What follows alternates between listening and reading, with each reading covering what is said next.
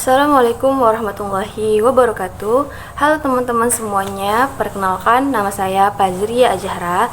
Saya merupakan mahasiswi Universitas Terbuka, Program Studi Pendidikan Guru Sekolah Dasar, Fakultas Keguruan dan Ilmu Pendidikan dari UPBJJ Medan Salut Asahan dengan NIM 8783700936. Pada video kali ini saya akan mempresentasikan tugas tutorial 2 filsafat ilmu mengenai peran filsafat ilmu dalam memperkuat ilmu pendidikan. Yang akan kita bahas adalah peran filsafat ilmu dalam memperkuat ilmu pendidikan, yakni hubungan timbal balik antara filsafat ilmu dan pendidikan. Berikut poin yang akan kita bahas. Yang pertama, yaitu bagaimana filsafat ilmu mengawasi dan memperkuat eksistensi, keilmiahan, serta nilai-nilai dalam ilmu pendidikan. Yang kedua, bagaimana pendidikan yang bermakna dan bernilai turut memperkuat perkembangan filsafat ilmu. Yang ketiga, mengapa filsafat ilmu dapat disebut sebagai pisau analisis, ontologi, epistemologi, aksiologi dalam membedah persoalan-persoalan pendidikan. Yang keempat, yakni contoh konkret penerapan filsafat ilmu dalam praktik pendidikan, misalnya dalam kebijakan, kurikulum, atau proses pembelajaran. Poin yang akan kita bahas pertama, yaitu bagaimana filsafat ilmu mengawasi dan memperkuat eksistensi, kemudian keilmiahan, serta nilai-nilai dalam ilmu pendidikan. Yang pertama, mengawasi dan memperkuat eksistensi dalam ilmu pendidikan, yakni pertanyaan yang mendasar, apakah ilmu pendidikan benar-benar berdiri sebagai ilmu yang mandiri atau hanya bagian dari ilmu lain? Nah, peran filsafat ilmu dalam mengawasi dan memperkuat, yakni yang mengawasi ini ya, menjaga agar ilmu pendidikan tidak kehilangan identitasnya dan tidak sekedar meniru disiplin ilmu lain seperti psikologi atau sosiologi. Kalau memperkuat, yakni menegaskan bahwa objek kajian ilmu pendidikan adalah manusia yang sedang dalam proses pendidikan. Dengan demikian, ilmu pendidikan memiliki dasar yang jelas untuk berdiri sebagai cabang ilmu yang independen. Yang kedua, mengawasi dan memperkuat keilmiahan ilmu pendidikan. Pertanyaannya, bagaimana ilmu pendidikan memperoleh kebenaran? Apakah metodenya dapat dipertanggungjawabkan? Nah, secara ilmiah ini ya, peran filsafat ilmu dalam mengawasi dan memperkuat, yakni berfungsi sebagai penguji metodologi. Nah, filsafat ilmu menilai apakah penelitian pendidikan menggunakan metode yang valid, logis, dan objektif, bukan hanya asumsi atau kebiasaan. Nah, memperkuat di sini yakni memberikan kerangka berpikir yang sistematis dan kritis.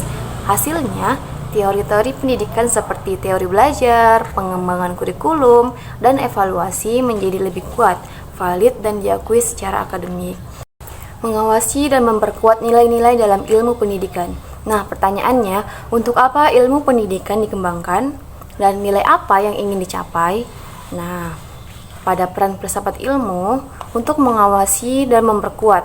Yang pertama yaitu mengawasi, yakni mencegah ilmu pendidikan menjadi alat yang netral nilainya atau disalahgunakan. Nah, filsafat ilmu memastikan bahwa praktik pendidikan tetap berpihak pada perkembangan manusia yang utuh.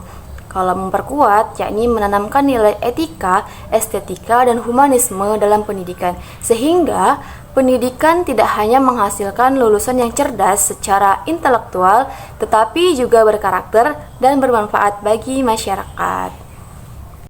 Oke, di slide selanjutnya, kita akan membahas bagaimana pendidikan yang bermakna dan bernilai turut memperkuat perkembangan filsafat ilmu. Nah, kita bahas yang bermakna dulu ya. Bagaimana pendidikan yang bermakna memperkuat perkembangan filsafat ilmu? Nah, pendidikan yang bermakna atau meaningful learning adalah proses belajar di mana siswa tidak hanya sekedar menghafal teori, tetapi memahami esensi, konsep, dan mampu menghubungkan ilmu tersebut dengan kehidupan nyata. Selanjutnya, pertanyaan yang kedua, yaitu bagaimana pendidikan yang bernilai memperkuat perkembangan filsafat ilmu. Pendidikan yang bernilai adalah pendidikan yang menanamkan etika, moral, karakter, dan tanggung jawab sosial sehingga ilmu yang diperoleh digunakan untuk kebaikan nyata dalam kehidupan kita sehari-hari. Oke, selanjutnya kita akan membahas tentang mengapa filsafat ilmu dapat disebut sebagai pisau analisis dalam tanda kurung, yakni ontologi, epistemologi, dan aksiologi dalam membedah persoalan-persoalan pendidikan. Berdasarkan modul, filsafat ilmu diibaratkan sebagai pisau karena fungsinya membedah dan menata ulang ilmu agar lebih kuat dan jelas. Ia bekerja lewat 3 aspek utama, yaitu 1. Ontologi, yaitu menjelaskan objek pendidikan.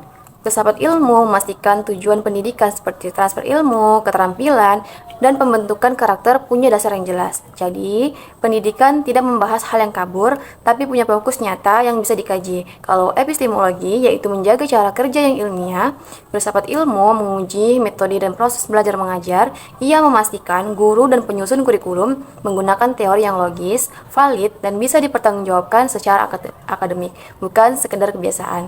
Dan aksiologi, yaitu menjaga arah nilai pendidikan. Filsafat ilmu mengawasi agar pendidikan tidak kehilangan arah moral. Tujuannya bukan cuma menghasilkan lulusan yang cerdas, tapi juga berkarakter, punya integritas, dan bermanfaat bagi masyarakat. Dengan 3 aspek ini, filsafat ilmu membantu pendidikan tetap punya identitas yang jelas, metode yang ilmiah, dan tujuan yang bermoral. Selanjutnya, contoh konkret penerapan filsafat ilmu dalam praktik pendidikan, misalnya dalam kebijakan, kurikulum, atau proses pembelajaran. Pada contoh kali ini, saya akan mengambil contoh praktik pendidikan dalam proses pembelajaran. Salah satunya adalah kegiatan diskusi kelompok untuk menyelesaikan masalah lingkungan di sekolah, yaitu terkait kebersihan kantin. Nah, dalam kegiatan ini, filsafat ilmu yang digunakan adalah epistemologi, khususnya pendekatan konstruktivisme sosial. Guru memberikan sebuah permasalahan nyata, lalu siswa bekerja dalam kelompok kecil untuk mencari solusi. Setiap anggota kelompok mengemukakan pendapat, saling menguji argumen, dan akhirnya menyepakati satu solusi bersama yang akan dipresentasikan. Melalui proses ini, siswa belajar bahwa pengetahuan yang baik lahir dari diskusi, kritik, dan kesepakatan bersama. Mereka juga dilatih untuk berpikir kritis dan menghargai perbedaan pendapat. Sementara itu, peran guru lebih sebagai fasilitator yang mengarahkan proses belajar, bukan sebagai satu-satunya sumber jawaban.